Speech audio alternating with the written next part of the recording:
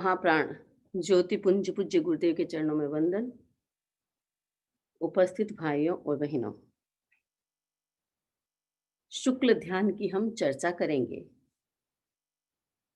शुक्ल ध्यान एकदम निर्मल ध्यान, एकदम क्रिस्टल की तरह शुद्ध विशुद्ध उज्जवल ध्यान है।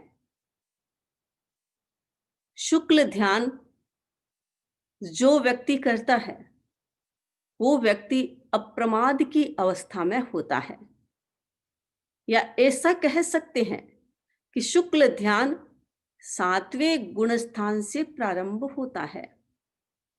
यद्यपि 7वें गुण स्थान में शुक्ल ध्यान होता है, लेकिन पुनः 6ठे गुण स्थान में वो व्यक्ति या साधु आ सकता है।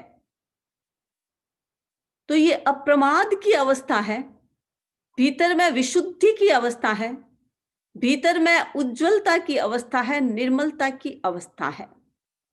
जब व्यक्ति धर्म ध्यान करता है और धर्म ध्यान के माध्यम से अनुचिंतन करता है, चिंतन करता है, और चिंतन करते करते आत्मा विशुद्ध बन जाती है, निरालंब बन जाती है, विचार रहित बन जाती है, वो अवस्था शुक्ल ध्यान की कहलाती है।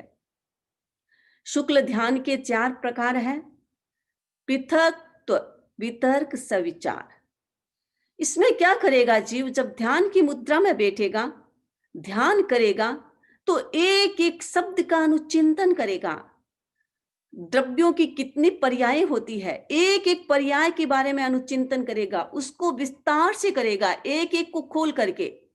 जैसे एक तत्व है, मान लीजिए एक पुस्तक ही है, पुस्तक को सामने रखा, देखता रहेगा इसमें कितनी पर्याय है, पर्याय बदल रही है, पर्याय चेंज हो रही है, कलर बदल रहा है, सारा कुछ वो एकदम साक्षात अनुभव करता है, देखता है, इतनी एकाग्रता बन जाती है।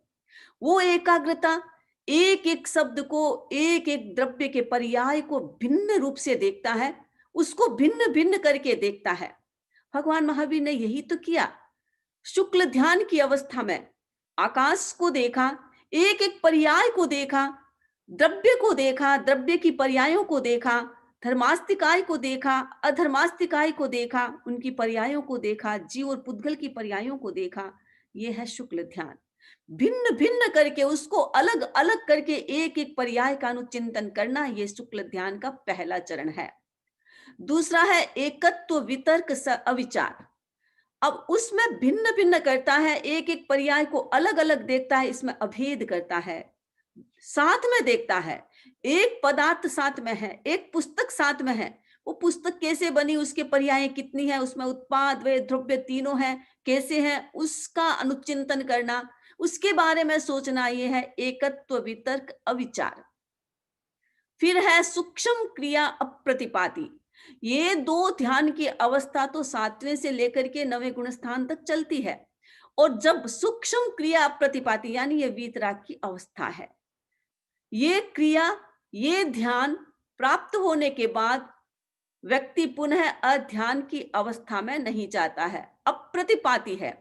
ये पृथकत्व, वितर्क, सविचार, एकत्व, वितर्क, अविचार, ये वीतराग की अवस्था में भी होता है, वीतराग भी करता है।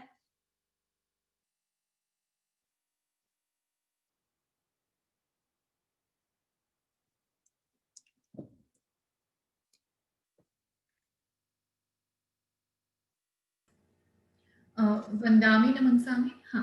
हाँ, नहीं, हमने किया था शायद, कुछ आपके इनसे कुछ दिक्कत है, हाँ, नहीं अब ठीक हो गया वापस। आ रहा था, तो इसलिए हमने एक बार तो और। ये 2 ध्यान है।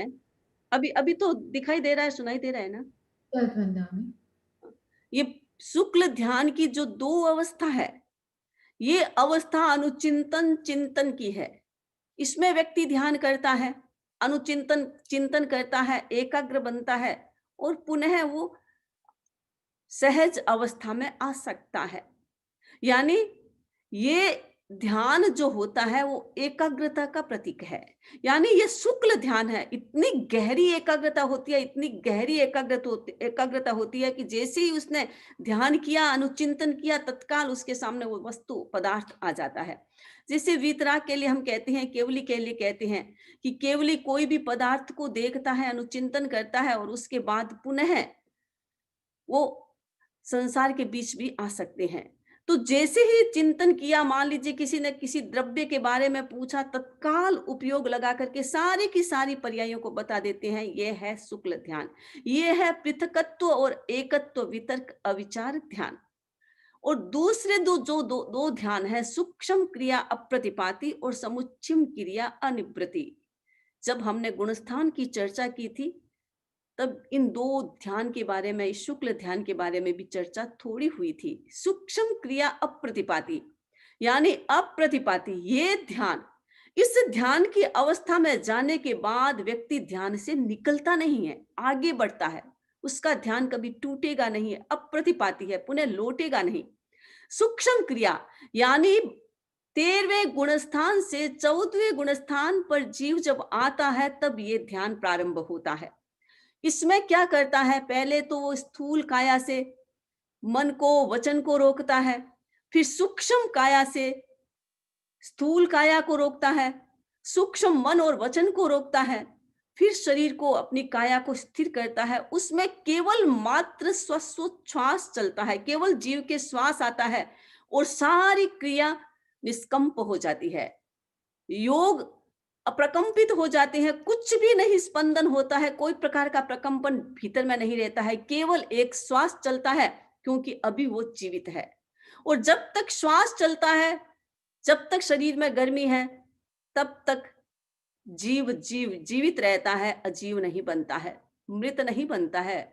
इसीलिए श्वास चलता रहता है। यह सूक्ष्म क्रिया अप्रतिपाती, ये ध्यान की अवस्था है, गहरी ध्यान की अवस्था है। इसमें केवल श्वास चलता है, बाकी सारे प्रकंपन पर्वत की तरह अडोल हो जाता है। शरीर के कोई भी प्रकंपन नहीं रहते हैं, सारे के सारे अप्रकंपित अवस्था में हो जाते हैं। और अगली ध्यान की अवस्था है समुच्चिन्न क्रिया अनिवृत्ति। ये समुच्चिन्न क्रिया है, यानी उसमें श्वास भी बंद हो जाता है और मात्र जो 5 अक्षर होते हैं, उतना टाइम पीरियड होता है, उतने काल में ये समुच्चिन्न क्रिया अनिवृत्ति, यानी सारी क्रिया जो समुच्चिन्न क्रिया है वो भी समाप्त हो जाती है, निवृत्त हो जाती है और फिर जीव मोक्ष में चला जाता है। 14वां गुणस्थान भी छूट जाता है, जिसे हम मृत्यु कहेंगे। मृत्यु हो गई और जीव अपने लक्ष्य को प्राप्त कर लेता है। ये है शुक्ल ध्यान। शुक्ल ध्यान से ही व्यक्ति केवल ज्ञान की स्थिति में जाता है और शुक्ल ध्यान की अवस्था में ही व्यक्ति मोक्ष को प्राप्त करता है, यानी आत्मा को मुक्त करता है कर्मों से। ये है शुक्ल ध्यान। अब देखेंगे हम शुक्ल ध्यान के लक्षण क्या है। शुक्ल ध्यान के ये 4 लक्षण हैं। अव्यथा, यानी जिस व्यक्ति के भीतर में शुक्ल ध्यान है, इतनी एकाग्रता है, उस व्यक्ति को बाहर की परिस्थिति का कोई ज्ञान नहीं होता।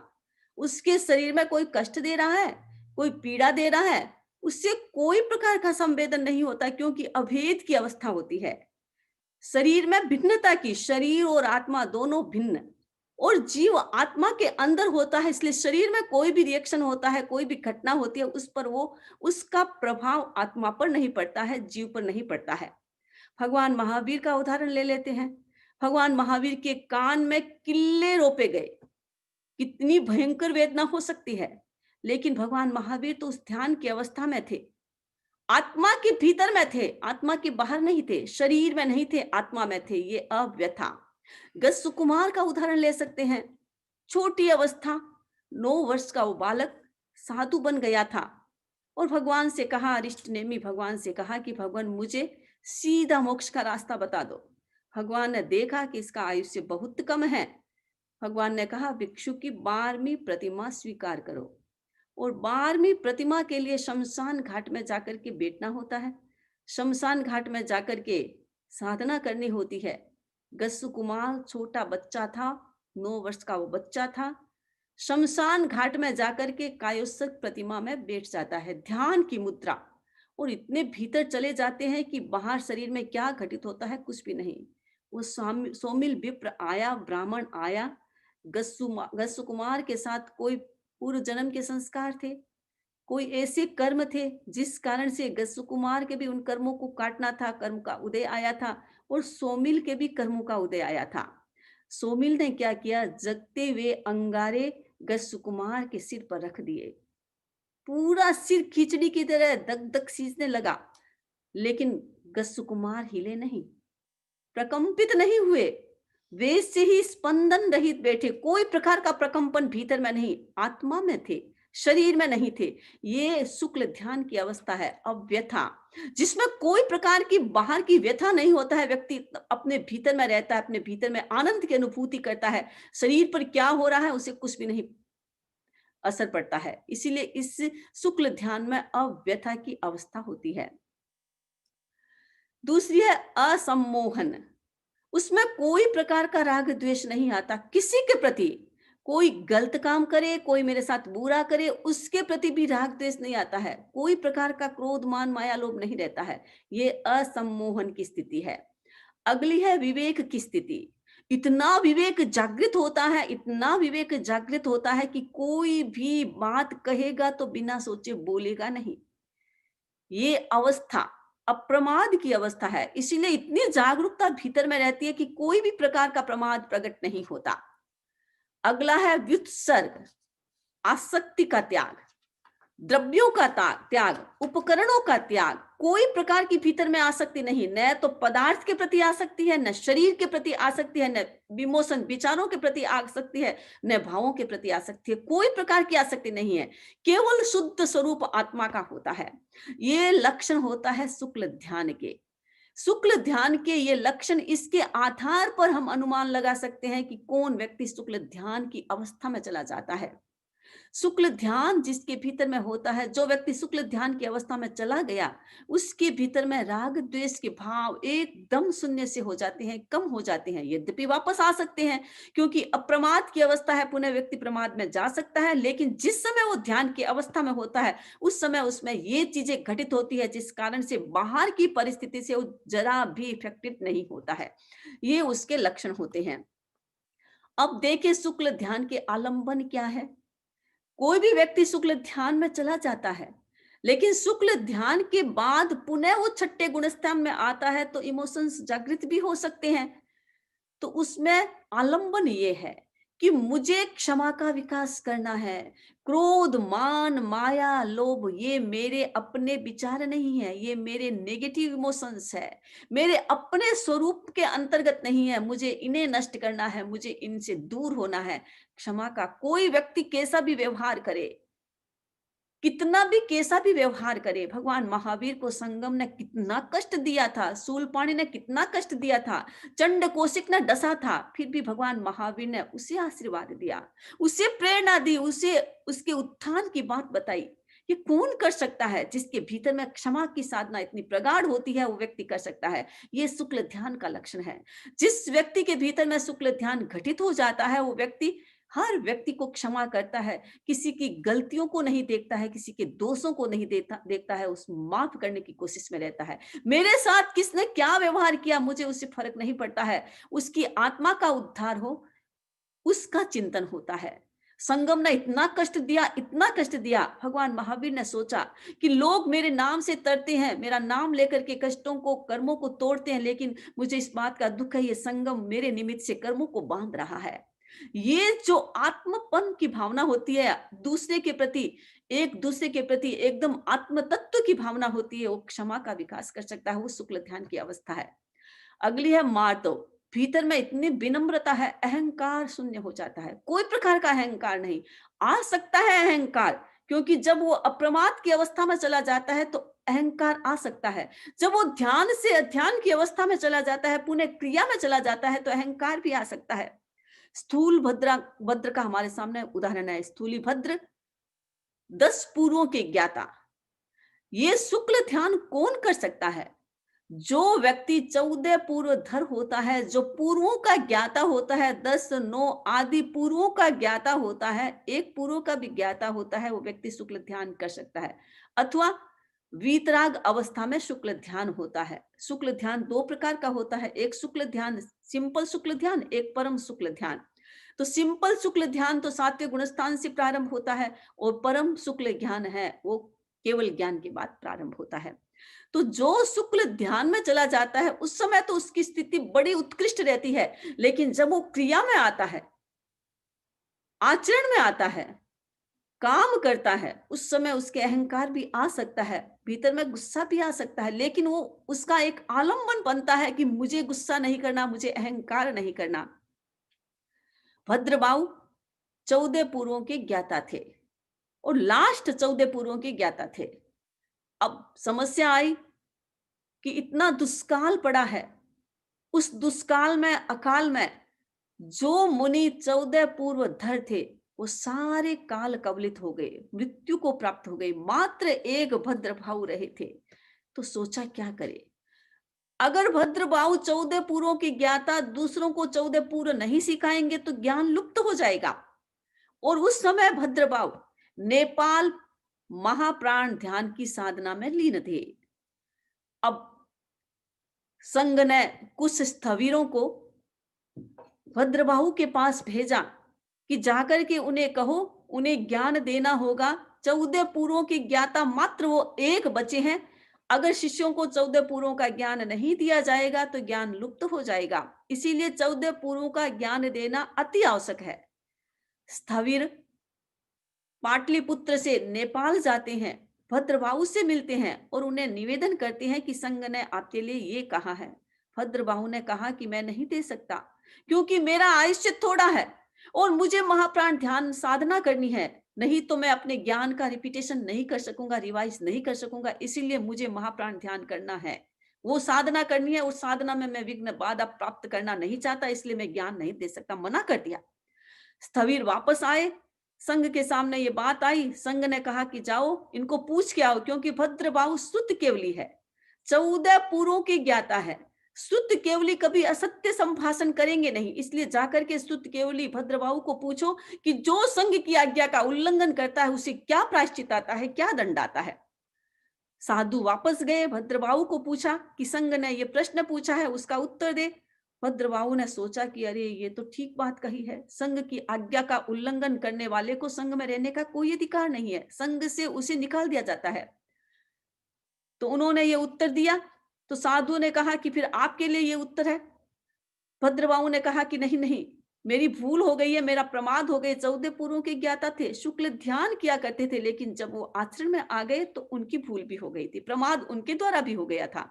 उन्होंने कहा नहीं ठीक बात है, मैं साधुओं को पढ़ाऊंगा, लेकिन मेरी अभी महाप्राण साधना चल रही है, तो मैं जितना टाइम होगा मैं उनको वासना दूंगा, लेकिन मेरी साधना पूर्ण हो जाएगी तो मैं बहुत रात दिन उनको वासना दूंगा, उनको ज्ञान दूंगा, 14 पुरों का ज्ञान कराऊंगा। संघ ने बहुत सारे साधुओं को भद्रबाहु के पास ज्ञान प्राप्त करने के लिए भेजा। 500 साधु गए, स्थूली भद्र आदि 500 साधु गए। अब भद्रबाहु वाचना तो देते लेकिन बहुत कम। जब वो गोचरी के लिए जाते, गोचरी से आते तो थोड़ा समय मिलता, साधुओं को वासना देते। जब प्रतिक्रमण करते उसके बाद थोड़ा समय मिलता तो साधुओं को वासना देते। जब वो अकाल का समय आता, जिस समय वो अपने ज्ञान का रिपीटेशन रिवाइज नहीं कर सकते थे 14 पुरों का, उस समय वासना देते थे, बहुत कम वासना। तो साधुओं में धैर्य नहीं रहा। ज्ञान कोई व्यक्ति प्राप्त करता है तो उसमें धैर्यता की आवश्यकता होती है। हो सकता है कि मुझे एक बार पढ़ा, मुझे समझ में नहीं आया, बार बार पढ़ना पड़ता है। ये तत्व ज्ञान, ये आगमों का ज्ञान इतना सरल नहीं है कि बस एक बार पढ़ा याद हो जाएगा।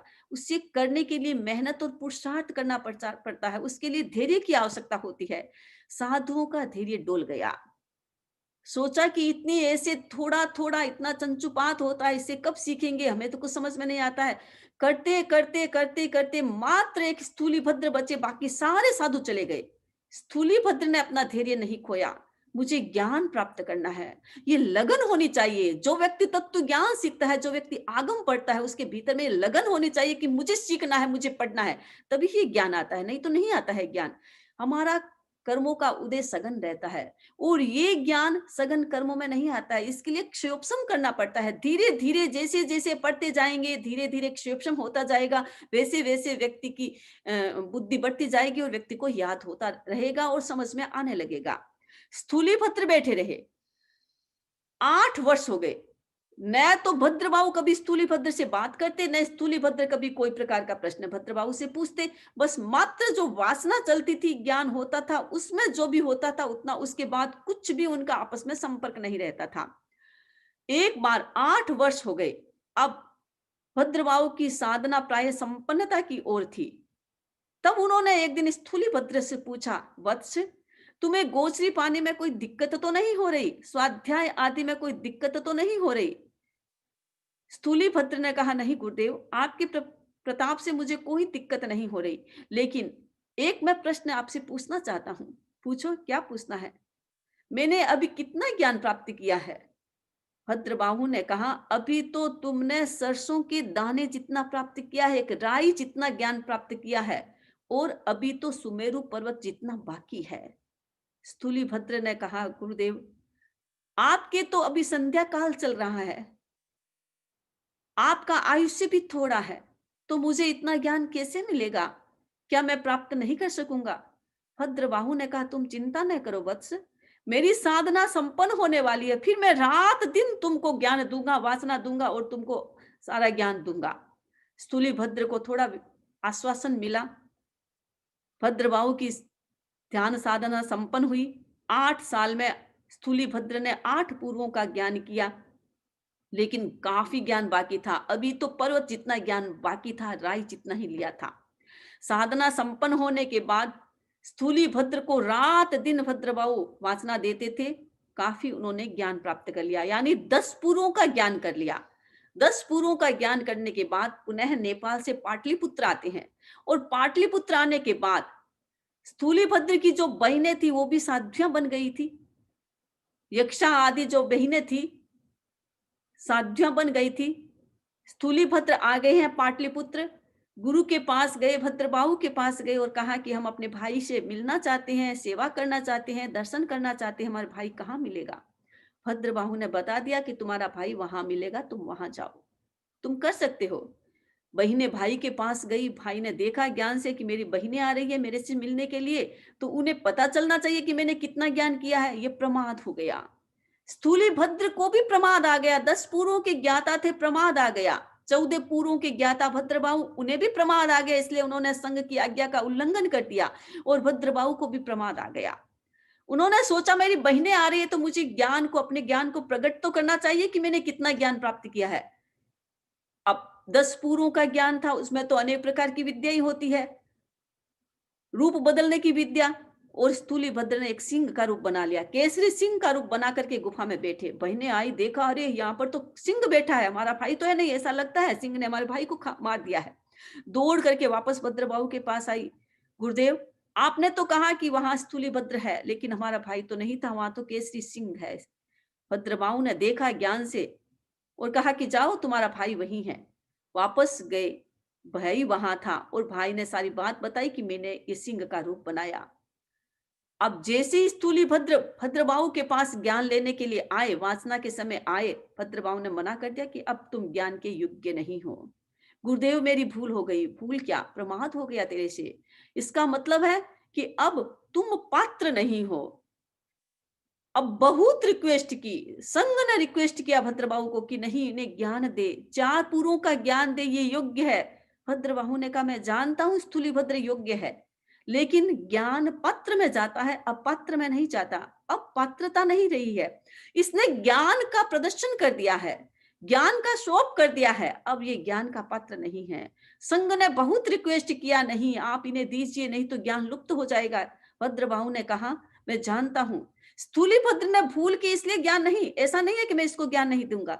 स्थूलीभद्र जैसे इतने शक्तिशाली व्यक्ति, इतने साधक, गहरे साधक, जिसने कोसा वेश्या के प्यार को ठुकरा दिया, जिसने नंद साम्राज्य के मंत्री पद को ठुकरा दिया, ऐसा स्थूलीभद्र, जिसने इतने वर्षों तक धैर्य के साथ वहां ज्ञान प्राप्त करने के लिए बैठा रहा, ऐसे स्थूल भद्र का भी मन डावाडोल हो गया तो आगे भविष्य में आने वाले व्यक्तियों का तो मन डावाडोल ही होगा, कोई पात्र ही नहीं होगा। इसलिए मैं ज्ञान नहीं दे रहा हूं। अब बहुत रिक्वेस्ट किया, स्थूली भद्र ने भी बहुत रिक्वेस्ट किया, गुरुदेव मेरे से भूल हो गई, वापस कभी मैं ये भूल नहीं करूंगा, मुझे ज्ञान दे। लेकिन भद्रबाहु ने, कहा जाता है कि चार पुरुषों का ज्ञान दिया लेकिन अर्थ नहीं बताया। कहीं कहीं ये भी आता है कि अर्थ तो बताया लेकिन स्थूली भद्र से कहा कि तुम चार पुरुषों का ज्ञान किसी को पीछे नहीं दे सकते, केवल 10 पुरुषों का ही दे सकते हो। तो जब व्यक्ति अहंकार में चला जाता है तब वो शुक्ल ध्यान से बाहर चला जाता है। लेकिन उसके लिए आलंबन होता है कि ये सारे अहंकार, ये गुस्सा, ये छल कपट, ये माया, ये मेरा स्वभाव नहीं है, मुझे इससे छुटकारा प्राप्त करना है। हमें भी यही चिंतन करना है। हम शुक्ल ध्यान न कर सके लेकिन चिंतन तो कर ही सकते हैं, धर्म ध्यान तक तो जा ही सकते हैं। ये चिंतन हमारे धर्म ध्यान में आएगा तो हम भी एक दिन ऐसी अवस्था आएगी कि शुक्ल ध्यान तक पहुंच सकते हैं। तो हमें भी इनका आलंबन लेना है, अहंकार नहीं करना, अपनी विनम्रता का विकास करना, सरलता, छल कपट से दूर रहना और निर्लोभता, लोभ की प्रवृत्ति से दूर रहना। जितना संतोष भीतर में हो उतना संतोष करे, लोभ नहीं करना। ये चार जो क्वालिटी है ये हमारे शुक्ल ध्यान के आलंबन सूत्र बनते हैं। अगला है शुक्ल ध्यान की अनुप्रेक्षा। अनुप्रेक्षा कैसे करे? इसमें जो व्यक्ति शुक्ल ध्यान करता है वो क्या करता है? अनंतानुवर्ती अनुप्रेक्षा, भव परंपरा का अनुचिंतन करता है। अनंत काल से मेरी ये संसार में भव चल रहा है, अनंत काल से मेरे कर्म साथ में चल रहे हैं, मुझे इन कर्मों को नष्ट करना है, मेरी इस भव भव परंपरा पर मुझे रोक लगाना है, मुझे समाप्त करना है, मुझे अपने शुद्ध स्वरूप को प्राप्त करना है। ये अनंतानुवर्ती अनुप्रेक्षा, यानी ध्यान की मुद्रा में बैठ करके वो चिंतन करता है, अतीत का चिंतन करता है, अपने भवों को देखता है। ज्ञान होता है उसके पास, इसलिए अपने भवों का अनुचिंतन करता है, पीछे जाता है, लौटता है, मैंने कौन से भव प्राप्त किए थे, क्या किया, अब मुझे भव प्राप्त नहीं करना है, अब मुझे इसे समाप्त करना है, ऐसी अनुप्रेक्षा करता है। फिर है विपरिमाण अनुप्रेक्षा, विपरिणाम परिणाम अनुप्रेक्षा। इसमें क्या करता है कि जो भी मैंने अतीत में किया है, एक एक भव का अनुचिंतन करता है, तो अपने परिणाम को देखता है कि मैंने क्या किया, कौन से कर्म किए थे, किस कर्मों का मुझे फल मिल रहा है, कैसे कैसे कर्मों को मैंने भुगता है, एक एक परिणाम को याद करता है, एक एक घटना को याद करता है और उसका अनुचिंतन करता है। अब मुझे वैसा कर्म नहीं करना है जिससे मुझे और दुख भुगतना पड़े, वैसा कर्म नहीं करना है जो मेरे ज्ञान को रोक दे, मेरे भीतर में आसक्ति को बढ़ा दे, मेरे भीतर में क्रोध, मान, माया, लोभ को बढ़ा दे, राग द्वेष को बढ़ा दे, मुझे ऐसा नहीं करना है। ये परिणाम ध्यान होता है, अनुप्रेक्षा होती है। अब अशुभ अनुप्रेक्षा, जो भी अशुभ कर्म है उस कर्मों को छोड़ना, चिंतन करना कि ऐसे ऐसे कर्म है जिससे व्यक्ति नरक में जाता है, ऐसे ऐसे कर्म है जिससे व्यक्ति निगोद में चला जाता है। देखो 14 पुरों की ज्ञाता भी निगोद में जा सकता है, तो हमको तो कौन सी खेत की मूली है, हम भी जा सकते हैं कभी भी। इसीलिए चिंतन हमें करना है कि जो भी नेगेटिव इमोशंस है वो मेरे दिमाग में न आए, मेरे भीतर में न रहे, उस नेगेटिव इमोशंस को मुझे नष्ट करना है। कभी भी गुस्से का भाव आ गया, कभी भी राग द्वेष का भाव आ गया, लोभ का भाव आ गया, ईर्ष्या घृणा का भाव आ गया, हमें उस पर अनुचिंतन करना है, उसको समाप्त करना है। जो शुक्ल ध्यानी होगा वो अनुचिंतन करेगा कि नहीं, मुझे ये शुभ अशुभ जो इमोशंस है, ये जो अशुभ कर्म बंधन के कारण है, इन सब से मुझे छुटकारा प्राप्त करना है, उसका अनुचिंतन करता है। जब हम अनुचिंतन करते हैं तब हम उस नेगेटिव चीज को छोड़ सकते हैं। जब मैंने गुस्सा किया और मेरे दिमाग में नहीं आता है कि मैंने गुस्सा किया है, छल कपट किया, मेरे दिमाग में नहीं आता है मैंने छल कपट किया है, मुझे तो ऐसा लगता है मैंने तो बहुत अच्छा काम किया है, तो व्यक्ति कभी अवगुणों को छोड़ नहीं सकता। इसीलिए उसकी अनुप्रेक्षा करना, अनुचिंतन करना, जो भी नेगेटिव विचार होते हैं, जो भी 18 पाप होते हैं, जो कर्म बंधन का कारण बनता है, जो सघन कर्म बंधन का पाप का कारण बनता है, जो नरक आदि गतियों में ले जाने का कारण बनता है, जो अशुभ कर्म बंधन का कारण बनता है, उसका अनुचिंतन करना, उसको छोड़ना। फिर है अपाय अनुप्रेक्षा, जो भी कोई प्रकार का दोष हुआ है, दोषों को सेवन किया है जिसका मुझे बहुत बड़ा प्रायश्चित मिला है, अब मुझे उन दोषों का सेवन नहीं करना, उसकी अनुप्रेक्षा करना। अपने दोषों को देखना, दोषों का अनुचिंतन करना, दूसरे के दोष नहीं, अपने दोष देखना। ये शुक्ल ध्यान में व्यक्ति अपने दोष देखता है, दूसरे का दोष नहीं देखता। अपने दोषों की अनुप्रेक्षा करना, तो हम शुक्ल ध्यान तो नहीं कर सकते हैं, लेकिन शुक्ल ध्यान का अंश तो हमारे भीतर भी आ सकता है। हमें अपने दोषों का अनुचिंतन करना है, उसके बारे में सोचना है और उस दोषों को समाप्त करने की कोशिश करना है। राजा भर्तृहरि राज्य करते थे, उज्जैनी नगरी के राजा थे, बहुत बड़े राजा थे।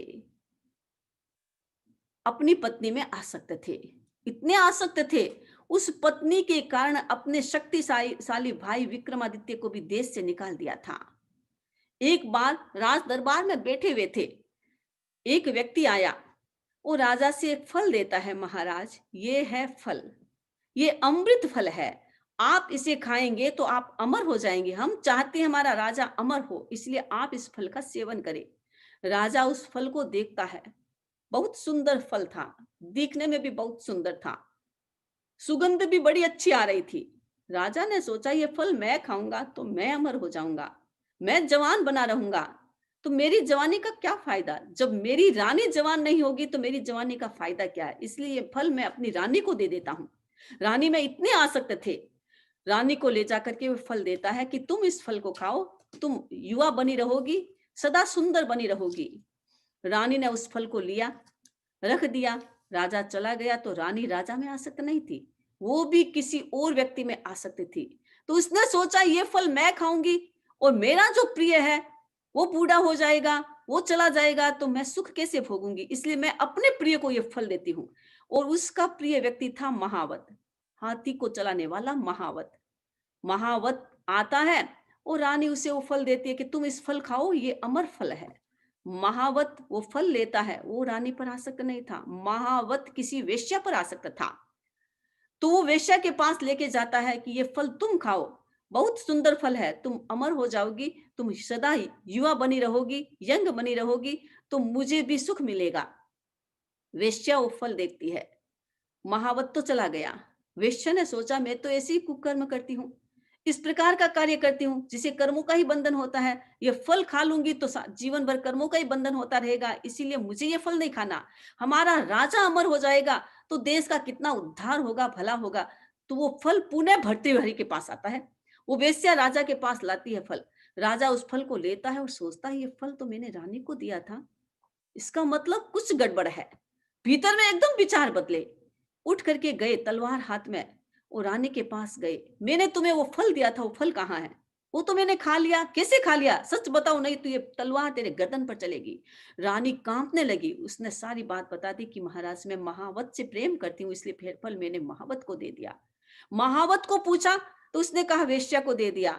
ये वेश्या का फल राजा के पास आया। राजा ने सोचा ये संसार है जिस पर मैं आसक्त था, उसने मेरे साथ ऐसा व्यवहार किया, मुझे अब इस प्रकार के दोषों का सेवन नहीं करना। मैंने इस रानी के कहे अनुसार अपने भाई को देश से निकाल दिया, मैंने अपने भाई पर विश्वास नहीं किया, इस औरत पर विश्वास किया, जो औरत इतनी कुटिल है, मुझे अब इस संसार में नहीं फंस। इतने भीतर से वैराग्य पैदा हो गया, इतना गहरा वैराग्य, राज्य को छोड़ा, राजपाट को छोड़ा, नहीं मुझे अब संसार में नहीं रहना है, मुझे अपने अपने भीतर जाना है, मुझे अपनी ध्यान साधना करनी है और मुझे अपने आप का कल्याण करना है, मुझे संसार में रहना। एक छोटी सी घटना, एक छोटा सा दोष जो राजा को दिख गया कि सबसे बड़ा दोस्त तो मेरा है, रानी का क्या है।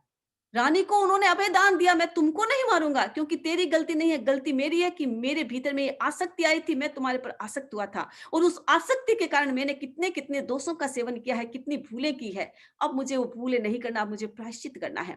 और उस समय राजा भर्तृहरि ने एक श्लोक बनाया और चिंतन किया, याम चिंतयामि सततम महिषा विरक्ता साप्यन्यमिच्छति जनस्य जनोन्यसक्तः अस्मत्कृते च परितुष्यति काचिदन्या दिक्तां च तं च मदनं च इमां च मां च दिक्तां च तं च मदनं च इमां च मां च।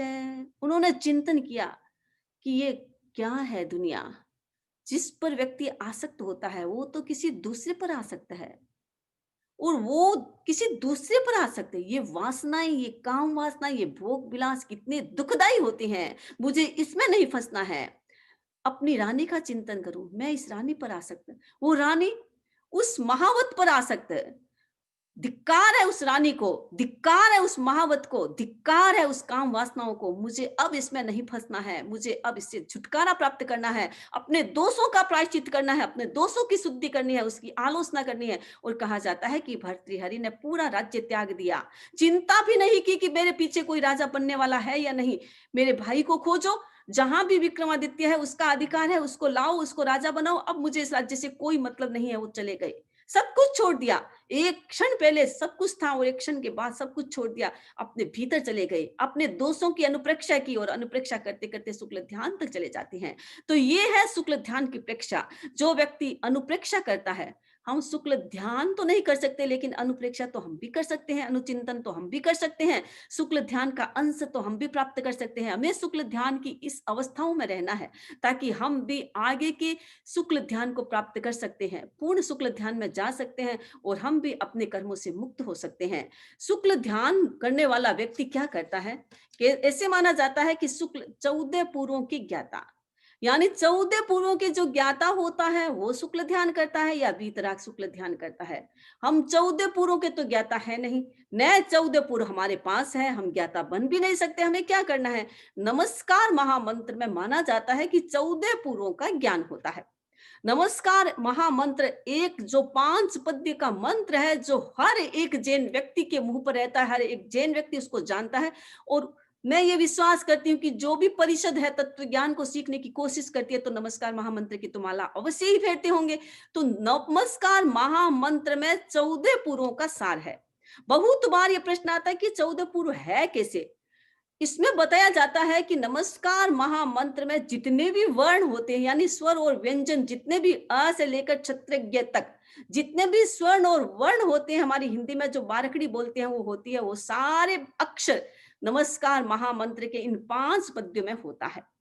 आप इसके आधार पर देख सकते हैं कि अ न सब अलग अलग तोड़ तोड़ करके आप देखिए, सारा का सारा इसमें शब्द और व्यंजन प्राप्त होते हैं। तो पूरी दुनिया, पूरे 14 पूर्वों का ज्ञान इन्हीं शब्दों से बना हुआ है। इसका मतलब 14 पूर्वों का ज्ञान यहाँ इस नमस्कार महामंत्र में विद्यमान रहता है। तो जो नमस्कार महामंत्र का यानी जो शुक्ल ध्यानी होता है, वो क्या करेगा, एक एक पद्य की अनुप्रेक्षा करता है, उसकी पर्यायों की अनुप्रेक्षा करता है। हम तो नमस्कार महामंत्र की माला फेरते हैं, नींद से उठते हैं, माला फेर लिया, माला मोती आगे चले गए, कुछ पता नहीं चलता है। एकाग्रता से नमस्कार महामंत्र की आप माला फेरे, अच्छी बात है, लेकिन 10 मिनट 15 मिनट उसकी अनुप्रेक्षा करें, एक एक शब्द की अनुप्रेक्षा। ये शुक्ल ध्यान का प्रारंभ हो सकता है।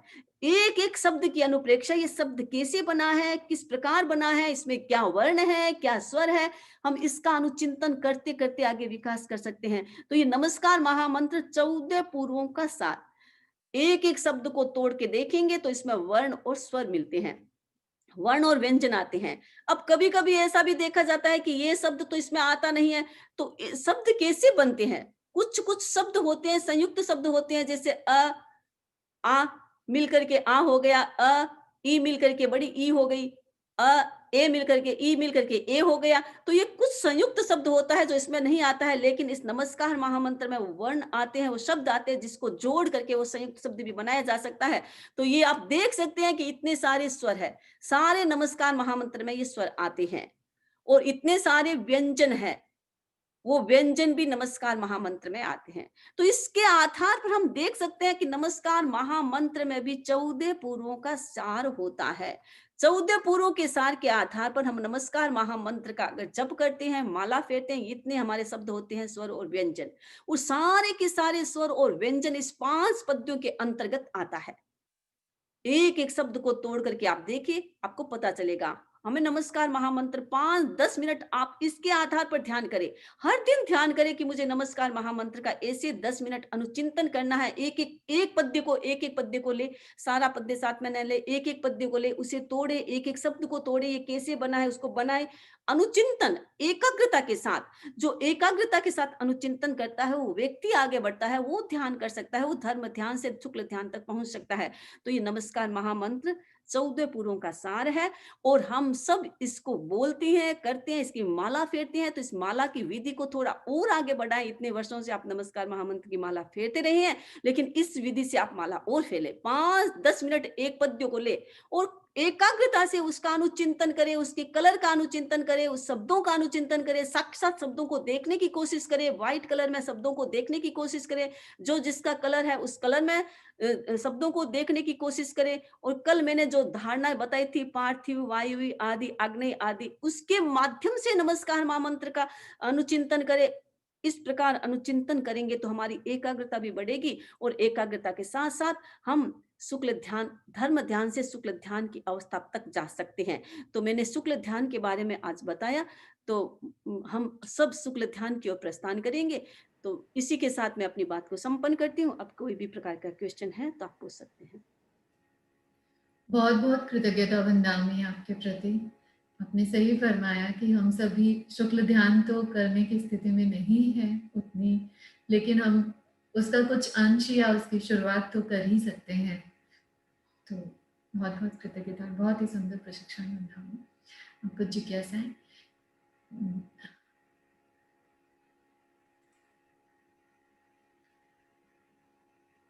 जय, उनके बाद प्रेरणा जी बोथरा। जय जी।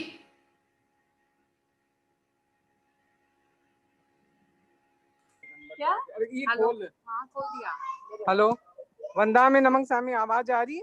हाँ, और हम वंदामी, मेरा प्रश्न ये दो है। एक तो ये है कि मैं त्याग के बारे में से थोड़ा पूछना चाहती हूँ कि जैसे दिन भर अपन, हम जैसे आदमी 2-3 घंटा दिन भर में खा लें, लेकिन त्याग करते हैं, चारों बार खा के कर लेते हैं, 1 घंटा का कर लिया, फिर दूसरी बार पानी वानी पी के करना चाहते हैं, कई बार भूल जाते हैं, याद ही नहीं रहती कि भाई त्याग करना है। तो फिर रात तक ये लगता है 3-4 घंटा 5 घंटा का हो गया, रात तक मन में ऐसे ग्लानि होती है कि अपन नहीं कर सके पूरा। तो मुझे ऐसा कहीं सुना हुआ था भी दिन भर में 10 घंटा, जैसे 10 घंटा होती है, आप 3 घंटा का रख लो। तो अगर ये 3 घंटा सुबह से 6 बजे ले में, तो इसका क्या प्रोसेस होता है? कैसे हम दिन भर है जो इसका त्याग का करें, कैसे खाएं, कैसे पिए? और रात्रि का भी ये ऐसे त्याग के बारे में जैसा पहले मैंने बताया था कि भी 24 घंटे होते हैं, आप भूल जाते हैं कि ये भूलने की प्रॉब्लम सबको रहती है, भूल जाते हैं। त्याग तो हर समय ही करना चाहिए, वो ही श्रेष्ठ होता है, लेकिन अपने भूल का समाधान है एक, कि भी हम भूल जाते हैं तो 24 घंटे तो हम खाते नहीं हैं। तो पहले हम ये चिंतन करें कि मुझे रात का त्याग खाना, रात का मुझे त्याग करना है, खाना नहीं है, तो हमारे 12 घंटे तो ऐसे ही बीत जाते हैं। जितने भी दिन के घंटे होते हैं, उसमें हमें त्याग करना है, तो मैं भूल जाती हूँ, त्याग नहीं कर सकती हूँ। तो जैसा 3 घंटा, 4 घंटा आपने रख लिया कि भई मुझे 5 घंटे से ज़्यादा 24 घंटे में खाना ही नहीं है, वो त्याग आप किया। अब उसमें आप 24 का भी रख सकते हैं कि मुझे 3 घंटे से ज़्यादा मतलब ज़्यादा मुझे 24 के बिना नहीं रहना है, तो वैसा भी त्याग कर सकते हैं।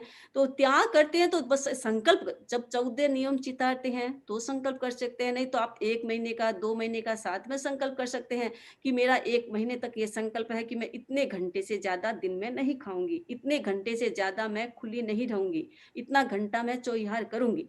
तो इस प्रकार आप कर सकते हैं। इसमें क्या होता है, आप रिलैक्स रहते हैं कि पूरे 1-1 मिनट के बाद साथ बंधे हुए नहीं है, लेकिन ये तो आपको ध्यान ही रखना पड़ेगा कि 3 घंटे मैंने किया है या 4 घंटे मैंने किया है, तो उसमें मेरे बट्टा न लगे। उसका आपको निरीक्षण करना पड़ेगा कि मैंने ये खाना खाया है, अभी मैंने कितना समय लगाया, आधा घंटा लगाया, तो आधे घंटे का मेरा समय चला गया है। अब मेरे पास 2.5 घंटा बचा है, तो 2.5 घंटे का ही मुझे ध्यान रखना है। तो 3 टाइम आप खाते हैं, चाय पीते हैं, वो करते हैं, वो करते हैं, तो ऐसा सारा टाइम को आपने उसमें इंक्लूड करना है। तो उसके आधार पर आप त्याग कर सकते हैं कि भी 3 घंटा, 4 घंटा, 5 घंटा वैसे त्याग कर सकते हैं।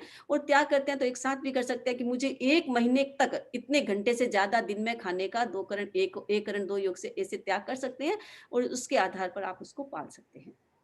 प्रेरणा जी बोथरा, सीमा जी कोठारी। वंदामि नमः वंदामि नमस्वामी। नमस्कार महामंत्र की उल्टी नव का उल्टा कैसे बोलना है? क्या उसके साथ हमें बीजाक्षरों का भी प्रयोग करना चाहिए? जब हम उल्टा बोलते हैं तो उसमें लास्ट में प्रोनाउंसिएशन मैं आएगा कि ग आएगा? और नहीं, नमस्कार महामंत्र की नव पद वाला क्या है? नहीं, अपने को आपको उल्टा नवकार मंत्र फेरना है। तो हेलो। नमो लोय सब्बसाणं, नमो उवज्झायाणं, नमो आयर्याणं, नमो सिद्धाणं, नमो अरहंताणं। एक एक शब्द को हमें हमें अभी अनुप्रेक्षा नहीं करना है, एक एक शब्द का अनुचिंतन नहीं करना है। हमें नमस्कार महामंत्र को उल्टा, यानी जैसे लोगस बोलते हैं, चंदेशो निम्मल यरा, पीछे पहले ये स्टार्ट कर दिया, लास्ट में हम लोगस बोलते हैं, लोग से उद्योग करे, तो वैसे पद्य उल्टे पद्य से बोलते हैं, वैसे ही नमस्कार महामंत्र का उल्टा जप करना। नमो लोए सब साहुणं उल्टी माला, तो एक एक शब्द को नहीं करना है हमें, ऐसा नवकार मंत्र का जप करना है।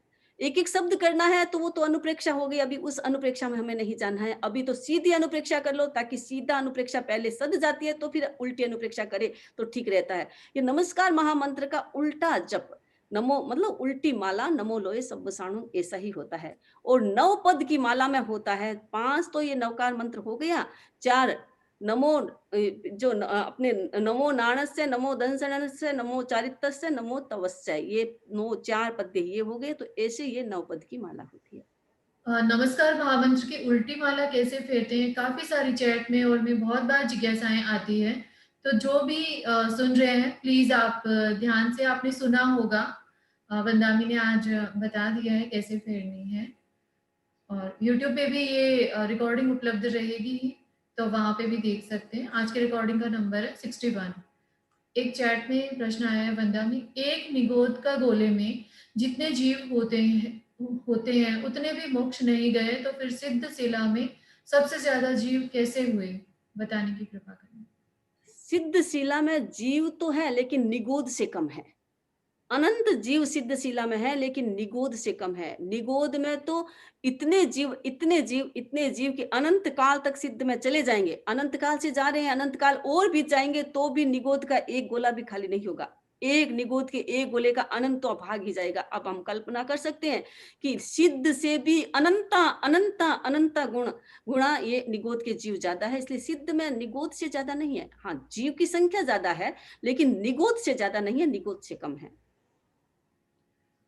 सीमा जी कोठारी, उनके बाद बाबू देवी सेठिया। वंदामी नमन स्वामी, पहले तो बहुत बहुत कृतज्ञोस्मी मेरे तरफ, मेरे को बहुत अच्छा लगता है आपका ये सुनने के लिए, मैं बहुत लालायित रहती हूँ। मेरा 2 क्वेश्चन है, वंदामी कृपा कराएं। 1 करोड़ से अधिक आयुष्य वाले जीव जो योगलिक होते हैं वो साधु और श्रावक नहीं बन सकते हैं। तो 56 अंतर्दीप के योगलिक एकांत मिथ्यार्थी होते हैं और 30 अकर्ण भूमि के मनुष्य भी योगलिक ही होते हैं। तो फिर अकर्ण भूमि से एक साथ 10 सिद्ध कैसे होते हैं जो अवबोध में आया है, ये पहला क्वेश्चन है। और दूसरा है कि महाविद्य क्षेत्र में जो साधु होते हैं वो सचेल होते हैं या अचेल होते हैं? अगर सचेल होते हैं तो उनका वस्त्र का कलर क्या है? अब ऐसा है कि हाँ, योगलिक आदि नहीं बन सकते हैं, अकर्म भूमियों को हम छोड़ देते हैं, वहां तो धर्म का कोई बात नहीं है, और धर्म होता है कर्म भूमि में। तो कर्म भूमि में जो धर्म होता है तो एक साथ सिद्ध बन सकते हैं, इसमें क्या दिक्कत है? कितने अनंत अनंत जीव इसमें भी तो रहते हैं ना। महाविदय में होता है, भरत क्षेत्र होता है, 5 महाविदय है, 5 भरत क्षेत्र है, 5 एर भरत है, इतने सारे हैं।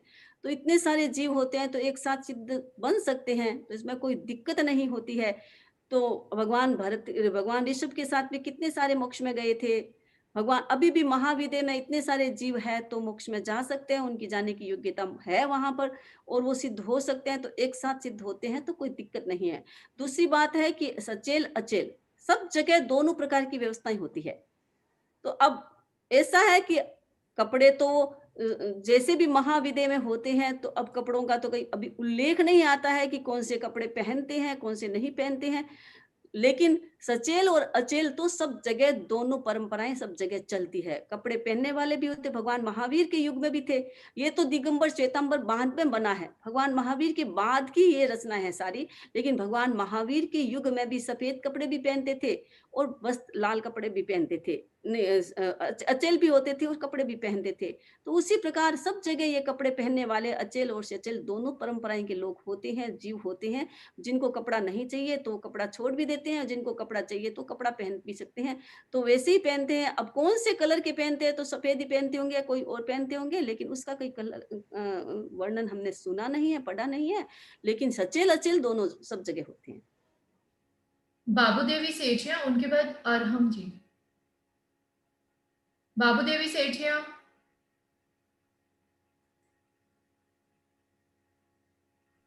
मैंने आज तक ऐसा कभी नहीं सुना, आज इतना अच्छा लग रहा है आपका सुन के, तो मैं आपको बहुत बहुत अरहम। वंदामि नमः स्वामी। हाँ अगर हम किसी के मतलब पित्त बहुत ज्यादा गर्म होता है तो उनको क्या करना चाहिए? मतलब वो कुछ खा पी नहीं पाते हैं एकदम भी। हाँ, पहले तो पित्त जिनके ज्यादा होते हैं, आवाज ऐसा आ है रही कि है मेरी? हाँ, आवाज आवाज आ रही है। उनको मिर्ची मसाले या तली हुई चीजें उनका सेवन नहीं करना चाहिए। कोई भी प्रकार की मिर्च, चाहे काली मिर्च हो, चाहे लाल मिर्च हो, चाहे हरी मिर्च हो, चाहे आजकल जगह कलर की अलग, जिसमें तेज तो नहीं होती है खाने में, एकदम वो तेज नहीं, मिर्ची जैसी नहीं लगती है, लेकिन कलरफुल जो भी मिर्चें होती है, मिर्चें कोई भी प्रकार की नहीं खानी चाहिए। पित्त जिनके बनता है, मतलब एसिडिटी या पित्त जिनके भी बनता है तो नहीं खाने चाहिए। और खटाई भी उन्हें अवॉइड करनी चाहिए। जितना ये जितनी सिंपल खाएंगे ना, जितना एकदम तली हुई चीजें नहीं, एकदम सिंपल चीजें खाएंगे और खट्टी चीजें भी नहीं खाएं, तो पित्त कम हो सकता है, पित्त में मतलब सुधार आ सकता है। और ऐसा भी होता है जिनके पित्त ज्यादा बनते हैं, या प्रातः काल या एसिडिटी पित्त जो ज्यादा बनते हैं, तो प्रातः काल सुबह उठते ही थोड़ा गुनगुना पानी होता है, उसमें थोड़ी सी एक ड्रॉप मान लो लेमन की ले, और दिन भर कोई प्रकार की खटाई नहीं, न अचार, न मिर्चें, न कुछ भी प्रकार की खट्टी चीजें, खट्टे फ्रूट्स कोई नहीं खाए। और तो ऐसे प्रयोग से वो मतलब यहाँ ऐसे लोग ठीक होते हैं, तो वो भी काम कर हो सकता है, तो वैसा भी कर सकते हैं। और वैसे अपने शीतलनाथ जी का ध्यान करें। अपने शीतल प्रभु है 10वें तीर्थंकर, उनका ध्यान करें, उनका ध्यान करें, उनका नाम ले, शीतलनाथ शीतलनाथ शीतलनाथ शीतलनाथ, ऐसा चिंतन करते रहे, शीतलनाथ जी का ध्यान करें, तो उससे काफी पित्त में शांति हो सकती है। तो आप शीतलनाथ जी का ध्यान करें और शीतलनाथ जी की माला फेरे, तो उसमें आपको काफी रिलीफ मिल सकती है। रेखा जी धूपिया, उनके बाद कोमल जी खटेड़। रेखा जी धूपिया। वंदा में नमन स्वामी। मेरा प्रश्न ये था कि जब हम प्रतिक्रमण करते हैं तो हम बीच में, जैसे प्रतिक्रमण करते करते कुछ काम आ गया तो हम बीच में बोलते हैं, तो उससे हमें कुछ दोष लगता है या नहीं? दूसरा प्रश्न ये था कि जब हम पोषद करते हैं तो हमें साथ में समाई पचकनी होती है, या पोषद कर लिया तो वो काफी होता है? ऐसा है, बीच में हम बोलना तो नहीं चाहिए प्रतिक्रमण में, क्योंकि बीच बीच में बोलते हैं तो हमारा कंसंट्रेशन भंग होता है, तो बोलना तो नहीं चाहिए थोड़ा बहुत। इसीलिए प्रतिक्रमण में थोड़ा बहुत तो दोष लगेगा ही, बोलेंगे तो अपन मौन लेकर के प्रतिक्रमण करना चाहिए, दोष लगता है। लेकिन कभी कभी क्या होता है कि बीच में कोई बात हो गई न बोले, तो वो जब तक नहीं बोलेंगे तो दिमाग में वही बात चलती रहेगी, वही बात चलती रहेगी, तो प्रतिक्रमण में भी मन नहीं लगेगा। तो बोल भी देते हैं तो वो एक एक समय का थोड़ा दोष होता है, लेकिन वो बात दिमाग से निकल जाती है। और दूसरी बात है कि हम पोषद करते हैं, तो पोषद में तो पोषद ही होगा, उसमें समाइक इंक्लूड नहीं होती है। पोषद पूरा होने का, पोषद का टाइम सनसेट से सनराइज तक को होता है, सनराइज का टाइम तक पोषद होता है, उसके बाद अगर आपको समाइक करने हैं, पोषद में आप लास्ट में समाइक ले सकते हैं, लेकिन पाड़ना आपको एक समाइक का काल पोषद पूरा होने के बाद ही स्टार्ट होता है, तो उसी अनुसार आपको समाइक करनी होगी। कोमल जी खटेड़, उनके बाद जयंत जी जैन। वंदामि नमन स्वामी। 25 हाँ, बोल क्या किसी आगम का पाठ है? वो मतलब कहाँ से आए हैं 25 बोल? ये 25 बोल हमारे आगमों से ही लिए गए हैं, तो एक आगम में नहीं है, अलग अलग है। जैसे जीवा जीवा भी गम में है, पन्नवणा सूत्र में है, भगवती में है, तो उन सब से अलग अलग से हमारे आचार्यों ने निकाला है। जो सार सार था तत्व ज्ञान का या जैन दर्शन का जो सार था, उस सार को निकाला है ताकि हम सब की ये सुविधा हो सकती है। तो ये हमारे आगमों से लिया गया है। जहां जहां ये इन जीवों का आदि का वर्णन आया है, जैसे पन्नवणा सूत्र में काफी आया है, जीवा जीवा भी गम में काफी आया है, ये भी हमारे आगम है। और भगवती सूत्र जो हमारा मूल अंग है, उसमें भी काफी आया हुआ है, तो उस सब के आधार पर बनाया गया है। जयंत जी जैन, उनके बाद सुमन जी जैन। वंदामि नमः स्वामी। हाँ, मेरा सवाल ये है कि मेरे हाथ में ब्लैक और व्हाइट स्पॉट्स है, तो उसके लिए क्या उपाय होगा वंदामि? देखो, क्योंकि ये तो तत्व ज्ञान की है ना क्लास, ठीक है, मैं बता देती हूँ थोड़ा बहुत जो जनरल होता है, लेकिन वाइट और ब्लैक स्पॉट्स है, उसके लिए तो आप थोड़ा स्किन के डॉक्टर के पास जाए, तो उससे ठीक हो सकता है। या अपने मन में नमस्कार महामंत्र आचार्य भिक्षु, क्योंकि हमने एक बार सुना था कि एक बहन थी, हम सिरियारी गए थे, तो एक बहन वहां आई थी जिसके व्हाइट स्पॉट था चेहरे पर, काफी था, और वो अपनी तेरापंथी नहीं थी, मंदिर वाली औरत थी। तो उसने अपना एक्सपीरियंस बताया कि मेरी भाभी है वो तेरापंथी है, तो मेरी भाभी ने, मैंने बहुत इलाज करवाया लेकिन ठीक नहीं हुआ। तो मेरी भाभी ने कहा कि एक बार आचार्य भिक्षु की ओट लेकर के और सिरियारी जाने की बात सोचो। तो तब से मैंने कितने, हर महीने मैं सिरियारी आती हूँ। तो मैंने कहा, पूछा हम लोगों ने कि भी आपकी ठीक है क्या? उसने कहा मेरा काफी ठीक है, पहले से मेरा काफी स्पोर्ट ठीक हो गया था, ये जो प्रॉब्लम्स थी मेरी काफी ठीक हो गई और मुझे इतनी श्रद्धा है आचार्य भिक्षु पर। तो हमारे पास तो आचार्य भिक्षु का मंत्र है, भीखंड जी स्वामी का मंत्र हमारे पास है। तो आचार्य भिक्षु की श्रद्धा से हर व्यक्ति, हर दूसरा ठीक हो सकता है, तो हम क्यों नहीं ठीक हो सकते हैं? तो इसलिए काले या ब्लैक या व्हाइट जो भी स्पोर्ट से आप ऐसा मन में संकल्प करें कि स्वामी जी मैं आपकी शरण में हूँ और मैं आपके नाम के माला फेरूंगी, 1.25 लाख का जाप करूंगी, सिरियारी, जो भी आपका संकल्प है वैसा संकल्प करके आप पूरी श्रद्धा के साथ स्वामी जी की माला फेरे। तो स्वामी जी की शक्ति से, स्वामी जी के मंत्र से कोई भी प्रकार की बीमारी ठीक हो सकती है। अगर हमारे निकाचित नहीं है तो कोई भी प्रकार की प्रॉब्लम्स ठीक हो सकती है। तो स्वामी जी पर श्रद्धा करके आप पूरी विश्वास और श्रद्धा के साथ करें तो हो सकता है आपको भी फायदा हो। सुमन जी जैन, उनके बाद कल्पना जी। सुमन जी जैन। बंदामी नमन स्वामी। मेरा प्रश्न आर्त ध्यान को लेकर है। कोई समय आया था, किसी ने मेरे साथ गलत किया, उस समय बुद्धि तो समझ रही थी कि मेरे ही कर्मों का उदय है, पर मन को समझने में बहुत समय लगा। तो बहुत ज्यादा आर्त ध्यान हुआ उस समय। हर समय ऐसे लगता था कि इसने मेरे साथ ऐसा किया, मैंने इसको क्या समझा, मगर इसने ऐसा किया। तो मेरा प्रश्न है बंदामी कि इसके लिए भी कि हमारे शास्त्रों में प्रायश्चित का विधान है क्या? मुझे इसके लिए गुरुदेव से प्रायश्चित लेना चाहिए क्या? और दूसरा प्रश्न है बंदामी, अभी भी उस व्यक्ति को देखूं तो वो घटना दिमाग में रहती है। ऐसे नहीं रहता कि इससे बदला लेना या इसने मेरे साथ गलत किया तो मुझे इसके साथ कुछ करना, पर ऐसे वो दिमाग में रहती है कि ये व्यक्ति, इसने मेरे साथ ऐसा किया था। तो ये भी आर्ट ध्यान में आता है क्या? वो ऐसे है ना, प्रायश्चित तो सबका ही आता है कि एक एक क्षण का प्रायश्चित आता है हमारे शुद्धि करने का।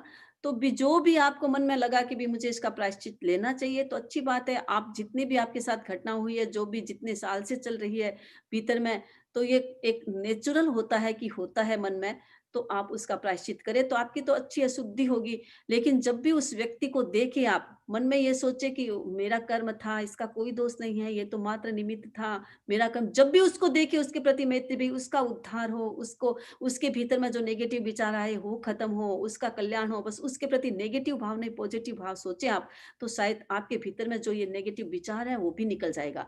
नेगेटिव तो नहीं, लेकिन मन में ये जो विचार है कि उसके प्रति कि भी उसने मेरे साथ ऐसा किया, हाँ हम उससे संपर्क रखे, कोई जरूरी नहीं है, लेकिन हमारे मन में जब भी क्षमायाचना का अवसर आता है तो हम उससे क्षमत खावना कर ले और मन से निकाल दे कि भाई इसने किया तो ये तो मेरे ही कर्मों का दोष था, हम ऐसा समझ करके उसको छोड़े और संपर्क कम करें, ताकि बार बार ऐसी घटनाएं होती है तो फिर मन और ज्यादा विचलित होता है, आर्त ध्यान में चलता है। तो ऐसे व्यक्तियों से अपन संपर्क कम करें, लेकिन उसके प्रति मैत्री भावना जब भी सामने आए, या तो अपने मन में भिक्षु श्याम बोलते रहे या नवकार मंत्र बोलते रहे, तो ऐसे नेगेटिव विचार कम आएंगे अपने।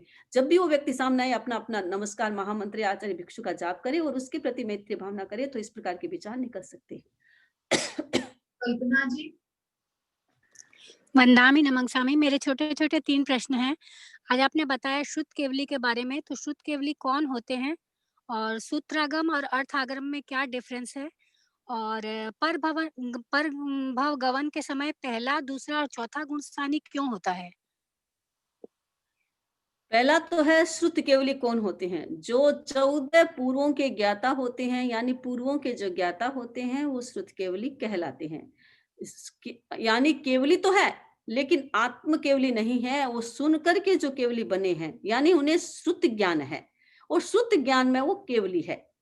आत्मज्ञान में केवली नहीं है, श्रुत ज्ञान में है, इसलिए वो श्रुत केवली कहलाते हैं। दूसरा प्रश्न था कि परभव में जाते समय ये 4 गुणस्थान, क्योंकि उसी गुणस्थान में जीव मरता है ना, जिस गुणस्थान में मरेगा उसी गुणस्थान में परभव जाएगा और दूसरे गुणस्थान में नहीं जा सकता है। इसीलिए मरने वाले गुणस्थान जो होते हैं उसी के आधार पर ये लिया जाता है। और दूसरा, तीसरा, एक क्वेश्चन और था इनका, एक क्वेश्चन और 20 वाला क्वेश्चन क्या था इनका? दूसरा क्वेश्चन आपका एक और था।